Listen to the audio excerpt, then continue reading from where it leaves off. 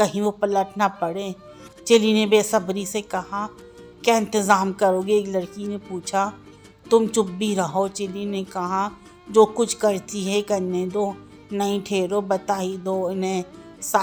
سعدیہ کے گھر والے شہر سے باہر ہو گئے تھے، مکان خالی ہے، کنجی میرے پاس ہے، وہ لوگ 1 ماہ سے گئے ہیں، اس لیے میں نے احتیاط 15 ہی دن ہی کی بات کی ہے، تو تم انہیں سعدیہ کے مکان میں رکھو گے؟ کیا حرج ہے، مکان کی نگرانی بھی ہوتی رہے۔ بالکل بالکل، چلی جلدی سے بولا، بالکل چوکیداروں کی طرح نگرانی کروں گا، لیکن کھاؤں گے کہاں سے؟ تم کہتے ہو کہ تمہارے پاس پھوٹی کوڑی بھی نہیں ہے، وہی لڑکی بولی۔ دیکھا جائے گا، فی الحال سر چھپانے کو جگہ چاہیے۔ بس پھر چلی کو اس مکان میں پہنچا کر تینوں لڑکیاں سرفراز کی کوٹھی کی طرف دوڑی تھیں۔ 6 کمروں پر مشتمل خاصی کشادہ عمارت تھی، فون بھی موجود تھا۔ چلی نے اس قدر اطمینان کا سانس لیا، کم از کم چچا کو تو اپنے حوالے سے آگاہ کر سکے گا۔ خوش قسمتی سے وہ اسی نمبر والے فون پر مل گیا تو اسی نے پہلی بار ڈائل کیے تھے، لیکن چلی کی آواز پہچانتے ہی چچا کسی کھٹکھٹنے کتے کی طرح گڑگڑایا، ابے اب کیا؟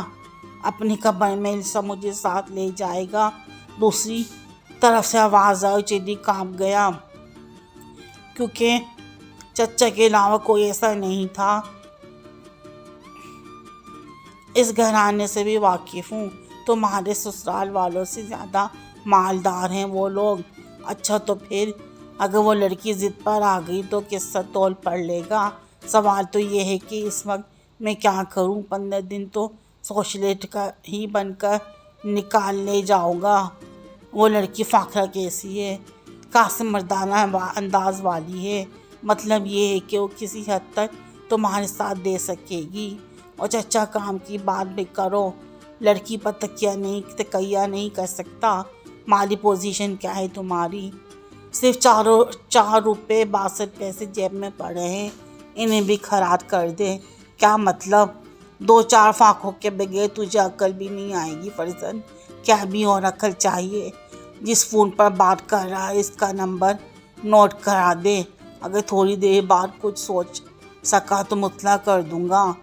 تھوڑی دیر میں تو میرا ہاتھ فیل ہو جائے گا، اگر جواب نہیں ملو تو مجھے یقین آ جائے گا کہ تم مر چکے ہو۔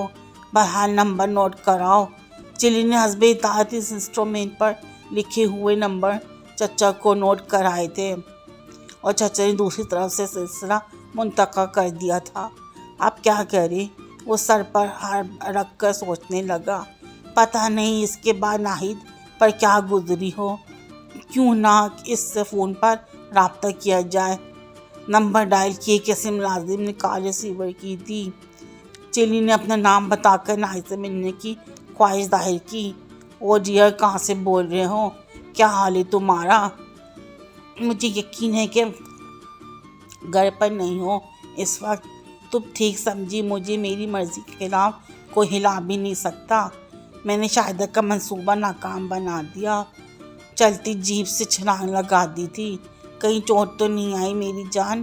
اس نے دردناک لہجے میں پوچھا اور چلی اس طرز تخاطب پر ریشے ختم ہو کر رہ گیا۔ ہلکی بھی خراش نہیں آئی۔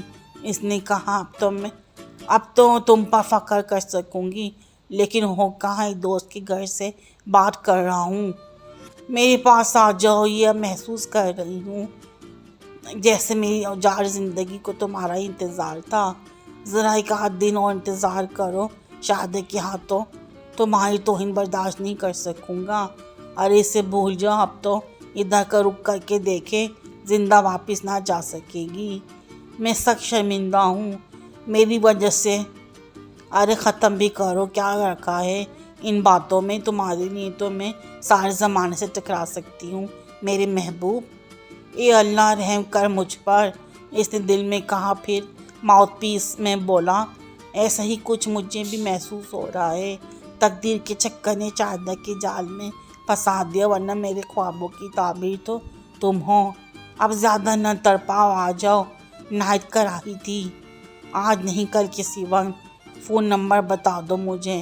دیکھو میں نہیں چاہتا کہ تم عالم اضطراب میں کوئی ایسی حرکت کر بیٹھو جو تمہارے وقار کے منافی ہو، لہٰذا میں ابھی فون نمبر نہیں بتاؤں گا۔ دل توڑنے والی باتیں نہ کرو، تمہاری عزت مجھ سے بھی زیادہ عزیز ہے، کہہ کر چلی نے سلسلہ منتقل کر دیا۔ اس کی کچھ دیر کے بعد ہاتھ پہ ہاتھ رکھ کر بیٹھا رہا تھا، فون سامنے ہی تھا کہ لہٰذا ہاتھ میں پھر کھجلی شروع ہوئی۔ اس بار کوٹھی کے نمبر ڈائل کر ڈالے اور اتفاق سے کال ریسیو کرنے والی شاہدہ ہی ثابت ہوئی۔ ماؤتھ پیس کو رومال سے ڈھانک کر بولا، میں بیگم شاہدہ چلی پرویز سے بات کرنا چاہتا ہوں۔ کون صاحب ہیں؟ میں شاہدہ ہی بول رہی ہوں۔ محترمہ، آپ کے شوہر کی زندگی خطرے میں ہے۔ کتنی دیر کے لیے؟ شاہدہ کی آواز آئی۔ چلی گڑبڑا گیا، ایسا محسوس ہوا جیسے سانس رک رہی ہو۔ جی کڑکڑا کے بولا، میں آپ کا مطلب نہیں سمجھا۔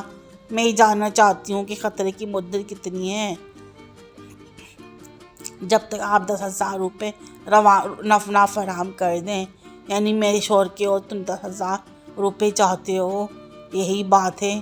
اچھا، اگر میں یہ رقم ادا کرنے سے انکار کر دوں تو پھر ہم اسے قتل کر دیں گے۔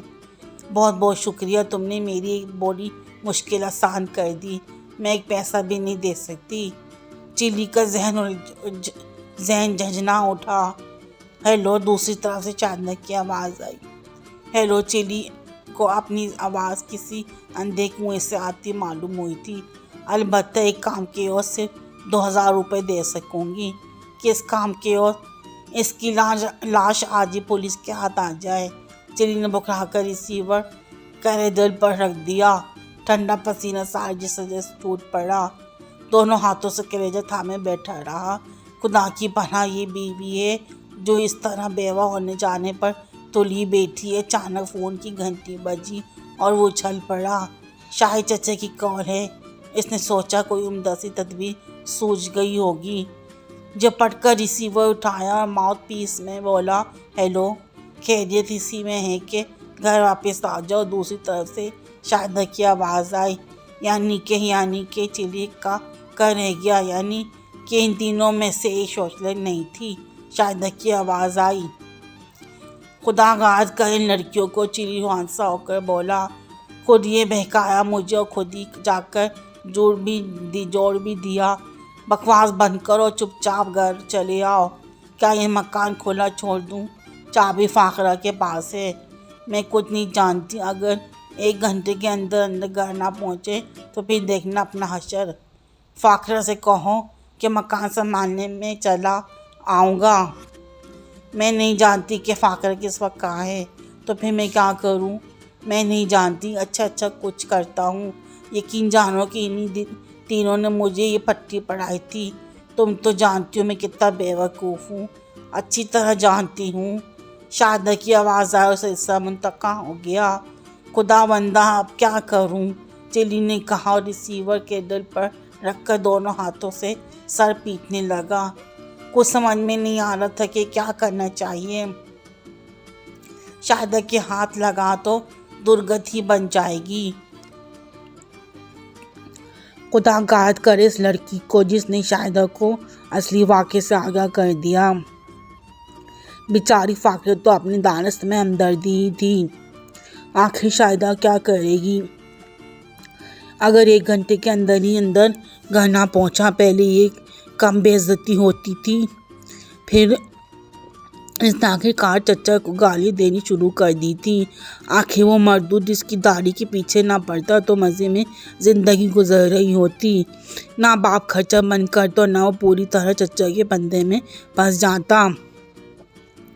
اپنا انتقام لینے کے لیے خواہ اس کی گردن کٹوائی تھی مردود نے۔ چچا کی شان میں پڑھا جانے والا قصیدہ ابھی اختتام کو نہیں پہنچا تھا کہ کسی نے باہر کی گھنٹی بجائی۔ بوکھلا کر صدر دروازے کی طرف دوڑا۔ دروازہ کھولا تو فاخرہ دکھائی دی، جو ٹفن کیریئر ہاتھ میں لٹکائے کھڑی تھی۔ مسکرا کر بولی، تمہارے لیے کھانا لائی ہوں۔ ارے بھاگو جلدی یہاں سے، چلی ہانپتا ہوا بولا۔ گھپلا ہو گیا۔ کیا کہہ رہے ہو؟ ہاں شاہدہ کی کال آئی تھی، ناممکن، خدا کی قسم کہہ رہی تھی کہ ان تینوں میں سے ایک سوشلسٹ نہیں تھی، فرزانہ کی بچی ہوگی۔ فاقرہ دانت پیس کر بولی، خیر آنے دو، اسے ٹکڑے ٹکڑے نہ کر دیا تو بات بڑھانے سے کیا فائدہ، چلی نے جلدی سے کہا۔ اچھا، وہ آنکھیں نکال کر بولی، تم ہی بزدلی دکھاؤ گے تو کام کیسے چلے گا؟ بزدلی کی بات نہیں، جگ ہنسائی سے ڈرتا ہوں۔ اچھی بات ہے، تو دفع ہو جاؤ یہاں سے، یہی زیادہ مناسب رہے گا۔ ذلت کی زندگی تمہارا مقدر ہے، کوئی کچھ نہیں کر سکتا۔ فاقرہ پر ترفع لہجے میں بولی، بات سمجھنے کی کوشش کرو، میں کہتی ہوں کہ نکل جاؤ یہاں سے ورنہ میرے ہی ہاتھوں قتل ہو جاؤ گے۔ چلی سرپٹ کی چال سے نکل کھڑا ہوا، پیچھے مڑ کر دیکھا تک نہیں۔ کچھ دور تیز تیز چلنے کے بعد اسے خیال آیا تھا کہ آخر وہ کہاں جا رہا ہے، کہاں جائے، کہاں ٹھکانا ہے۔ ناہید نہیں، اگر وہ شاہدہ ادھر آئی اور اسے یہاں پر پا کر ناہید کی طرف رخ کیا تو اس بار واقعی بے عزتی ہو جائے گی۔ اسٹوڈیو میں جو کچھ بھی ہوا تھا، اس کا شاہد ناہید کے خاندان کے دوسرے افراد کو نہ ہو سکا تھا، لیکن اب کوئی ایسی واردات ہوئی تو دوسری ضروری ہے کہ چند افراد تک محدود رہ جائے۔ عجیب بدحواسی اس پر طاری ہو گئی تھی، اجالے میں ہانک دی جانے والی چمگادڑ کی طرح بھٹکتا پھر رہا تھا، اور پھر اچانک اسے رک جانا پڑا۔ چچا اسکوٹر پر سوار اس طرف چلا آ رہا تھا اور اس کی نظر میں شاید چلی پر پڑ گئی تھی۔ وہ اس کے قریب ہی آ کر رکا۔ بیٹھ جاؤ، وہ خواہ لہجے میں بولا، ڈوبنے کو تکا کا نہیں بلکہ شیطر کا سہارا چاہیے۔ ایک نے چھلانگ لگائی اور چلی کو کیریئر پر لے گئی تھی اور اسکوٹر چل پڑا۔ میرے پہنچنے سے پہلے ہی کہاں بھاگ جا کھڑے ہوئے تھے برخوردار؟ چچا نے سوال کیا۔ تم نے فون نمبر سے مکان کا پتہ لگا لیا تھا؟ ذرا دیر کی بات تھی، دراصل خیر بگڑ گیا، چلی نے دل فرنگی کے ساتھ کہا۔ کیا خیر؟ کہیں اطمینان سے بیٹھو تو بتاؤں، اسکوٹر کی شور میں حلق نہیں پاڑ سکتا۔ چچا کچھ نہ بولا۔ تھوڑی دیر بعد اس نے ایک کیفے کے سامنے اسکوٹر روکا تھا۔ کیفے کے اندر پہنچ کر چچا نے ایک گوشے کی خالی میز پر منتخب کی تھی اور اطمینان سے بیٹھ کر چلی کی روادات کی دوسری قسط سننے لگا تھا۔ ویسے چلی نے شروع میں محسوس کر لیا تھا کہ چچا کو پہلے کبھی ایسے موڈ میں نہیں دیکھا تھا۔ بہرحال اس کی کہانی کا بقیہ حصہ لینے کے بعد اس نے گہری سانس لی تھی اور پھر بڑھائی ہوئی آواز میں کہا تھا، بیٹا تم ایک زبردست مشکل میں پڑ گئے ہو۔ وہ ظاہر ہے، کیا ظاہر ہے، گھر گیا تو مجھے بند کر دے گی۔ ابے کیوں دماغ خراب کر رہا ہے؟ اس کی کیا حیثیت ہے؟ اس کی بات ہوتی تو میں اس سے اسی طرح دوڑا آتا۔ پھر کیا بات ہوئی ہے؟ تم ابھی جس عمارت سے نکل کر آئے ہو وہ پولیس کی نگرانی میں ہے، عنقریب تالا توڑ کر اس کی تلاشی لی جائے گی۔ کیوں؟ چلی اچھل پڑا۔ لمبی کہانی ہے، بہرحال جیسے ہی مجھے ایکسچینج سے معلوم ہوا کہ وہ کس کے فون کا نمبر ہے اور کس عمارت سے وہ فون تعلق رکھتا ہے، نکل کھڑا ہوا کہ کہیں کسی طرح تمہیں اس عمارت سے نکال لوں۔ بات کیا ہے چچا، جلدی سے بتاؤ۔ کیا نام بتایا تھا لڑکی کا؟ اب آگے اگلی قسط میں جانیے گا کہ لڑکی کون تھی، کیا کرتی تھی اور کیوں پھنسایا تھا اس کو۔ پھر ملتے ہیں اگلی قسط میں۔ جب تک میرے چینل کو سبسکرائب کریں، لائک کریں، شیئر کریں اور خوش رہیں۔